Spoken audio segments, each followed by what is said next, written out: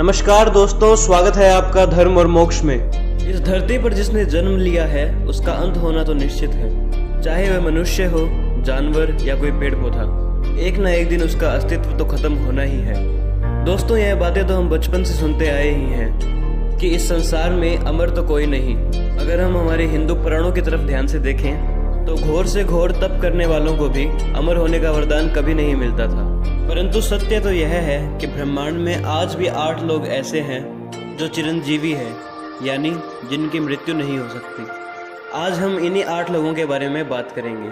मैं हूँ ऋषि तावड़िया और शुरू करते हैं आज की ये बात।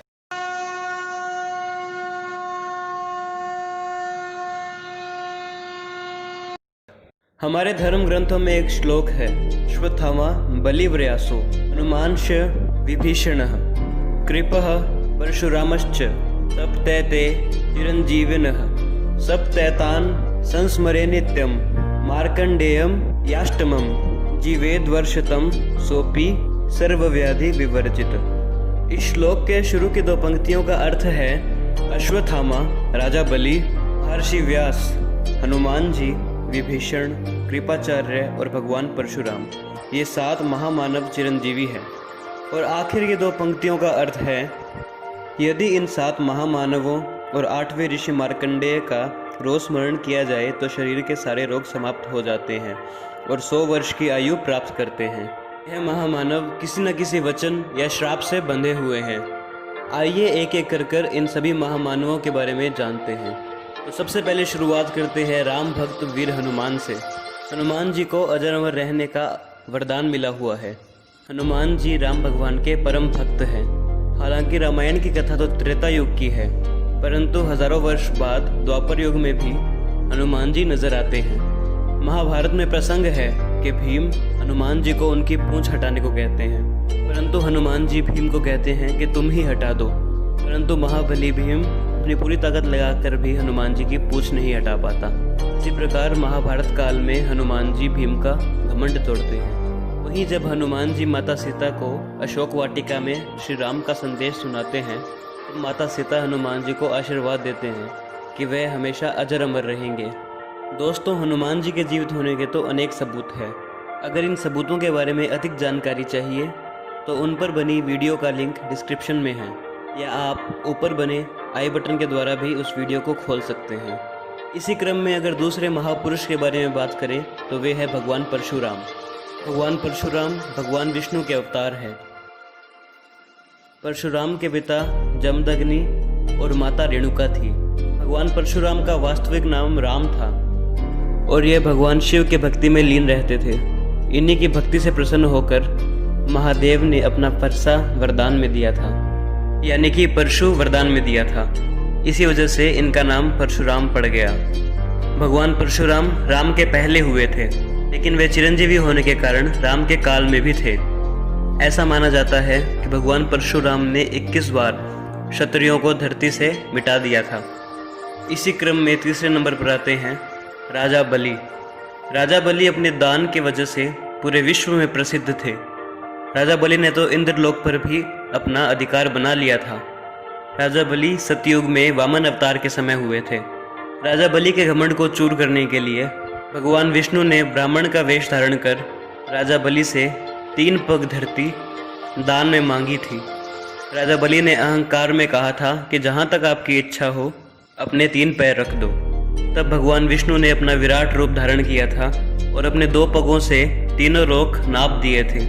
तीसरा पैर बलि के सर पर रखकर उसे पाताल लोक भेज दिया था। राजा बलि भक्त प्रहलाद के ही वंशज थे। राजा बलि से भगवान विष्णु बहुत प्रसन्न थे।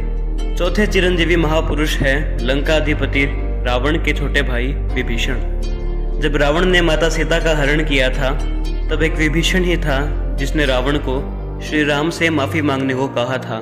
इसी बात पर रावण ने विभीषण को लंका से निकाल दिया था। इसके बाद विभीषण श्री राम के शरण में चले गए थे और उन्होंने धर्म का साथ दिया था।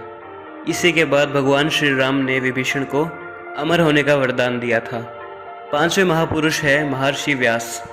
महर्षि व्यास को वेद व्यास के नाम से भी जाना जाता है। इन्होंने ही महाभारत की रचना की थी। वेद व्यास ऋषि पराशर सत्यवती के पुत्र थे। इनका जन्म यमुना नदी के द्वीप पर हुआ था और इनका रंग भी सांवला था। इनकी माता ने बाद में शांतनु से विवाह किया था। छठवें चिरंजीवी महापुरुष है अश्वत्थामा। अश्वत्थामा गुरु द्रोणाचार्य के पुत्र थे। द्वापर युग में जब कौरव और पांडवों में युद्ध हुआ था तब अश्वत्थामा कौरवों की ओर से लड़े थे। ग्रंथों के अनुसार भगवान श्री कृष्ण ने ही ब्रह्मास्त्र चलाने के कारण अश्वत्थामा को चिरकाल तक ब्रह्मांड में भटकते रहने का श्राप दिया था। अश्वत्थामा के आज भी होने के काफ़ी सबूत मिले हैं, जिनमें से एक मान्यता यह है कि मध्य प्रदेश के बुरहानपुर शहर से 20 किलोमीटर दूर एक किला है जिसमें भगवान शिव का एक प्राचीन मंदिर है। यहाँ के निवासियों का कहना है कि अश्वत्थामा हर दिन इस मंदिर में भगवान शिव की पूजा करने के लिए आता है और ऐसे पुष्प चढ़ाता है जो केवल ठंडे और पहाड़ी इलाकों में ही हो सकते हैं। सातवें महापुरुष है कृपाचार्य। कृपाचार्य अश्वत्थामा के मामा और कौरवों के कुल गुरु थे। महाभारत के युद्ध में कृपाचार्य कौरवों की ओर से लड़े थे। कृपाचार्य बहुत ज्ञानी और सिद्ध पुरुष थे। कोई भी नतीजे पे पहुंचने से पहले उनसे राय ली जाती थी। इसी क्रम में आठवें चिरंजीवी महापुरुष है ऋषि मार्कंडे। ऋषि मार्कंडे भगवान शिव के परम भक्त थे। ऋषि मार्कंडे की उम्र बहुत कम बताई गई थी, इसीलिए इन्होंने छोटी उम्र में ही घोर तप कर भगवान शिव को प्रसन्न किया था और महामृत्युंजय मंत्र को सिद्ध किया था। महामृत्युंजय मंत्र से अकाल मृत्यु नहीं होती। चूंकि ऋषि मार्कंडे ने इस मंत्र को सिद्ध किया था, इन 7 महापुरुषों के साथ साथ ऋषि मार्कंडे का भी रोज स्मरण करने का कहा जाता है। दोस्तों, ये थे वह महापुरुष जो आज भी जिंदा है और ऐसा माना जाता है कि आने वाले समय में यह लोग भगवान विष्णु के कल के अवतार की सहायता करेंगे। तो दोस्तों, आज के लिए धर्म और मोक्ष में इतना ही। ऐसी ही और रोचक जानकारियों के लिए हमारे चैनल धर्म और मोक्ष को सब्सक्राइब करें। और अगर आपको यह वीडियो पसंद आई तो इसे लाइक करना ना भूलें और ज़्यादा से ज़्यादा शेयर करें। धन्यवाद।